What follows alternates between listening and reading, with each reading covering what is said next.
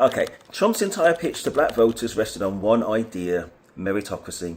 Best person for the job, no more DEI, no more quotas, no more politics, excellence rewarded, period. So let's test that claim directly. Let's look at who Trump actually hired and compare them side by side with the people that they replaced. Their qualifications, their race, their track record, and most importantly, their connection to Donald Trump. If meritocracy is real, the pattern will be obvious. Trump's hires should be more qualified, more experienced, more credentialed than who came before. If meritocracy is a cover story, the pattern will show something else entirely. Okay, so let's start with the cabinet, the most senior level of the executive branch. $1 trillion departments, millions of workers, defense, health, education, justice. If you believe in meritocracy, this is where you'd expect to see the best people. Here's the comparison. Okay, so Secretary of Defense, $842 billion budget, 3.4 million personnel.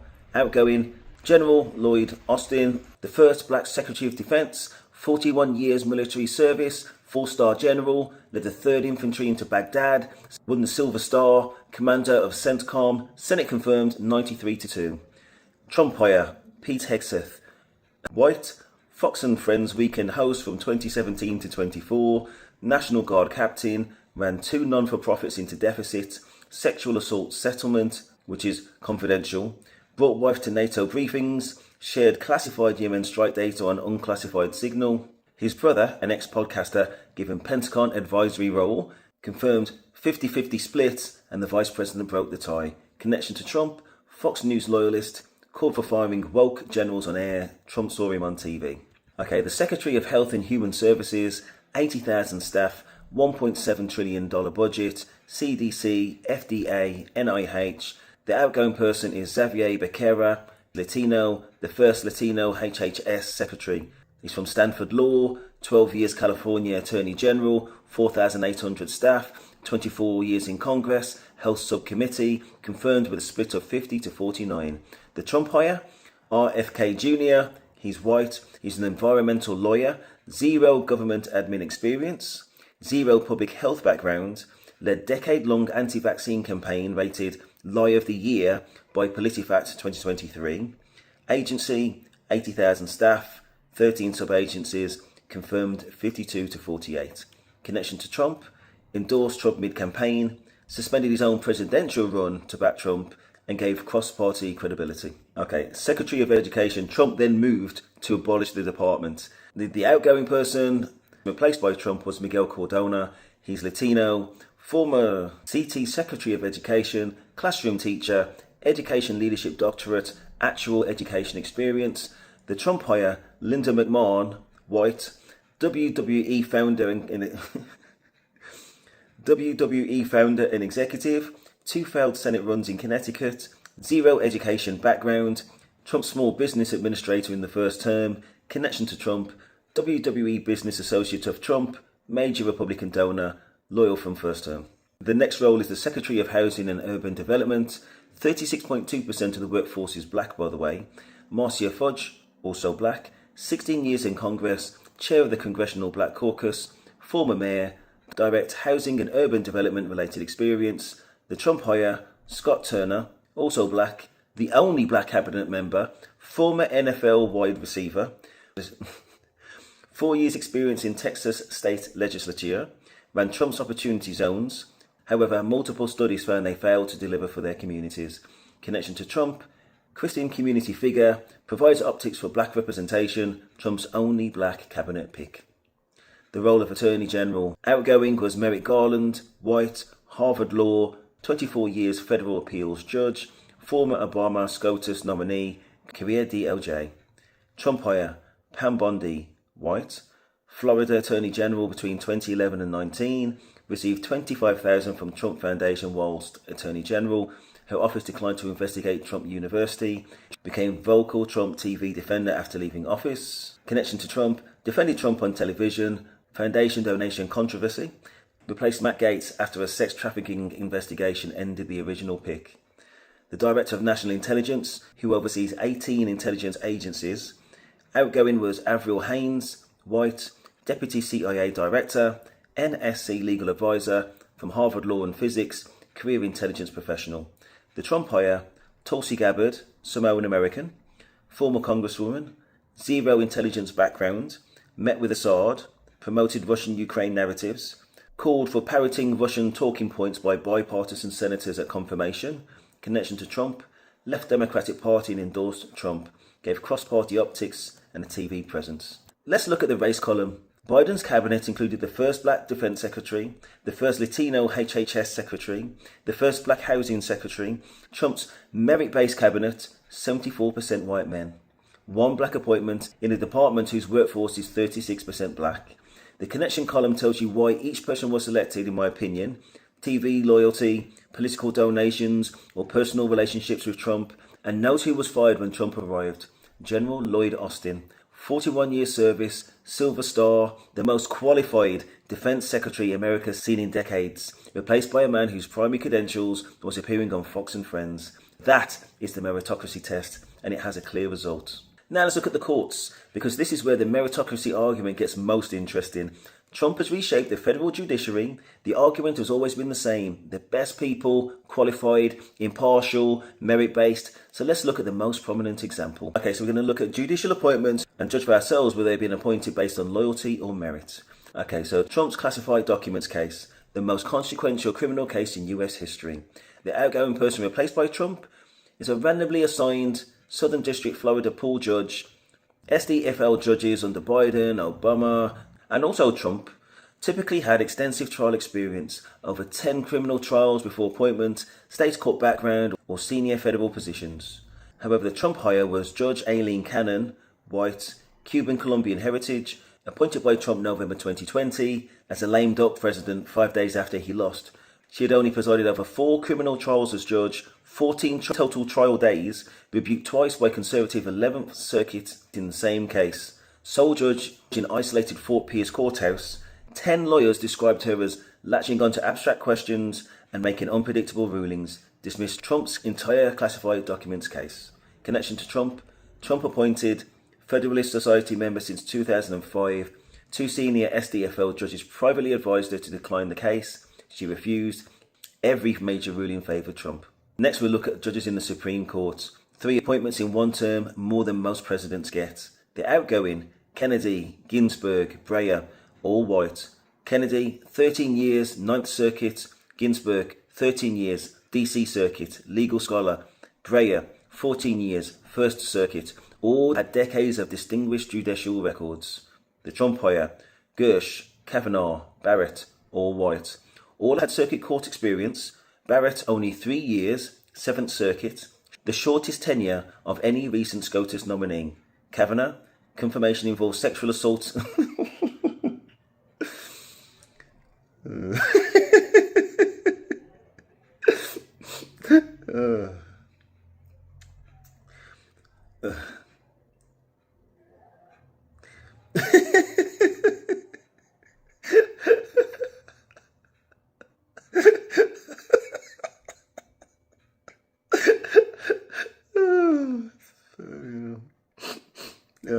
Okay. Confirmation.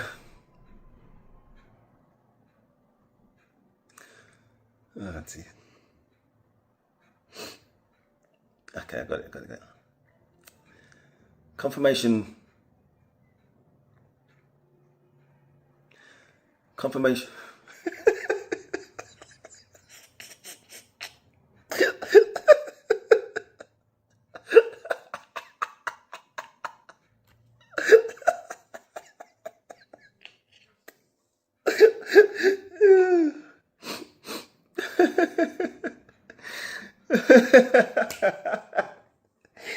Oh dear. Couldn't make it up now. Okay, we're back in the room. Oh dear.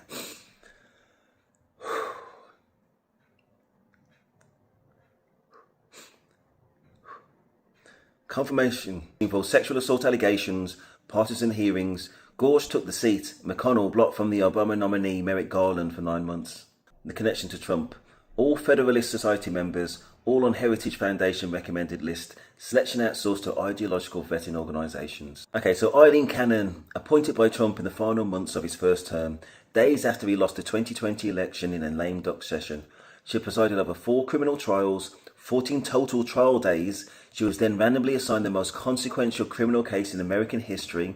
2 senior judges privately told her to decline it. She refused. She was rebuked by the conservative 11th Circuit, not only once but twice. She ultimately dismissed the entire prosecution. The man who appointed her got the ruling. The public got a judge whose independence was in question before the case began.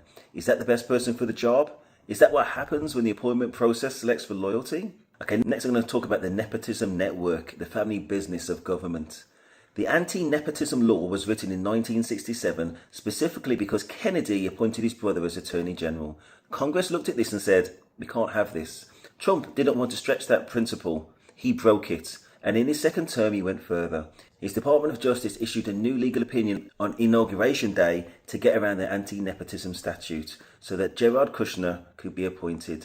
Let me show you the family web. Okay, senior White House advisor for Middle East peace, opioid crisis, criminal justice reform.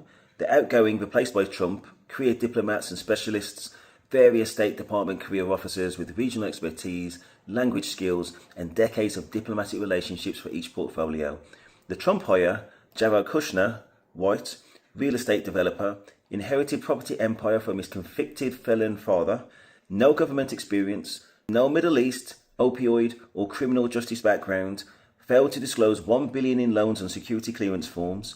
Trump ordered security clearance override over CIA, FBI objections, used personal server, made $82 million outside income while serving, left to found affinity partners, $2 billion from Saudi sovereign wealth fund.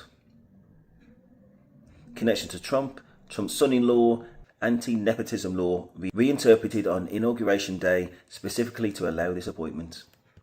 The next role, senior White House advisor, women's entrepreneurship, workforce development.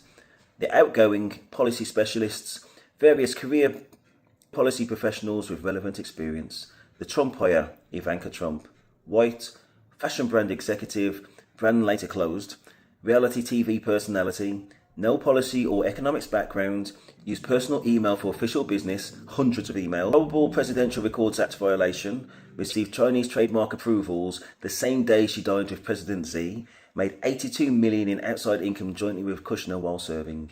Connection to Trump, Trump's daughter, anti-nepotism law reinterpreted specifically for her, first presidential child to hold active policy-making role. The next role, US ambassador to France and Monaco, post previously held by Benjamin Franklin and Thomas Jefferson. The outgoing would be a career diplomat or senior political figure. The Paris ambassadorship is America's oldest and most prestigious, historically filled by career diplomats, former senators, or senior political figures with relevant credentials. The Trump hire, Charles Kushner, white, real estate developer, convicted felon, 18 counts, tax evasion, illegal campaign contributions, witness tampering, hired a prostitute to seduce brother-in-law and filmed it to blackmail him, disbarred in 3 states, served 14 months for... served 14 months federal prison, does not speak French, 0 diplomatic experience, pardoned by Trump in 2020, France restricted his ministerial access February 2026 after he refused a government summons, cited apparent failure to grasp basic requirements of ambassadorial mission. His connection to Trump, father of Jared Trump, pardoned him in 2020. First convicted felon to serve as US ambassador. Relationship, father-in-law's father-in-law of the president. Okay, the next role is senior advisor to Arab and Middle Eastern affairs. State Department Arab affairs specialists. Regional experts with language skills, State Department training, and existing diplomatic relationships. The Trump hired is Massad Boulos, Lebanese-American, Lebanese-Nigerian businessman, founded food company in Lagos, 0 diplomatic or government experience.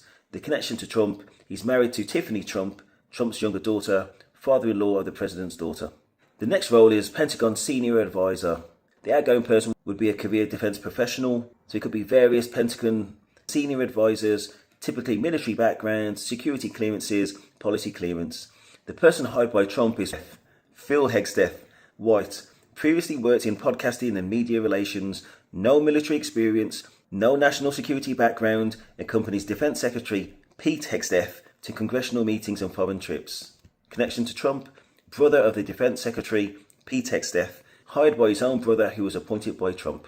Okay, let me make this concrete. Jared Kushner was appointed White House Senior Advisor a role that required rewriting the anti-nepotism law to allow it. He was given Middle East peace, the opioid crisis, and criminal justice reform. He had no experience in any of these areas. While serving, Trump ordered his security clearance despite CIA and FBI objections. He failed to disclose $1 billion in loans on his clearance forms. After leaving office, he founded a private equity firm that received $2 billion from the Saudi Sovereign Wealth Fund, a government he had dealt with in his White Office role. The firm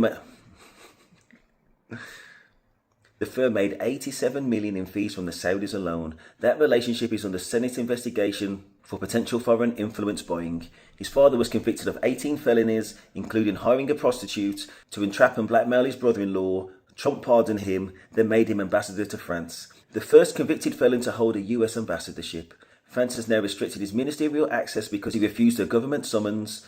Chris Christie, who prosecuted Charles Kushner, called his witness tampering scheme one of the most loathsome, disgusting crimes I have ever prosecuted. That man now represents America in Paris. And the administration that did this is telling black Americans that the problem is people getting jobs based on who they are. Okay, so next I'm going to look at the military purge. Who got fired and who got hired. So the role: Chairman, Joint Chiefs of Staff, the highest ranking US military officer. General C.Q. Brown Jr., black, only the second black officer to hold the role, 39 years service, F-16 combat pilot, confirmed as Air Force Chief of Staff 2020, unanimous vote.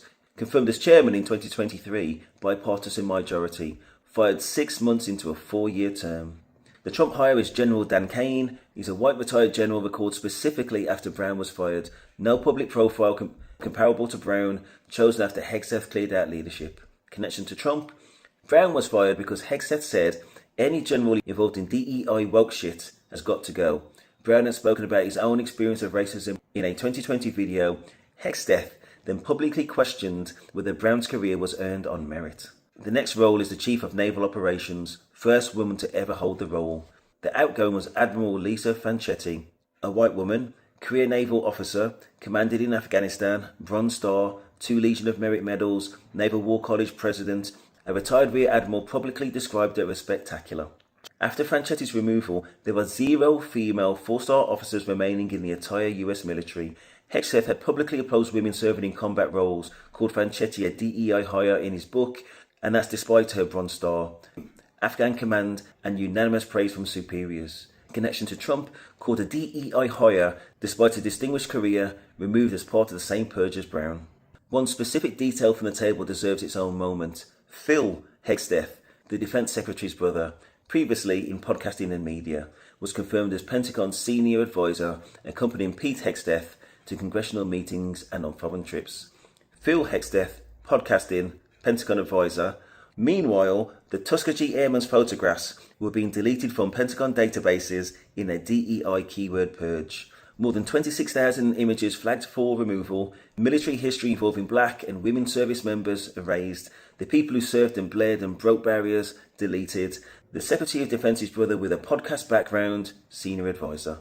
That is who gets erased and who gets elevated, and it's all being done in the name of merit. Let's stand back and look at the full picture.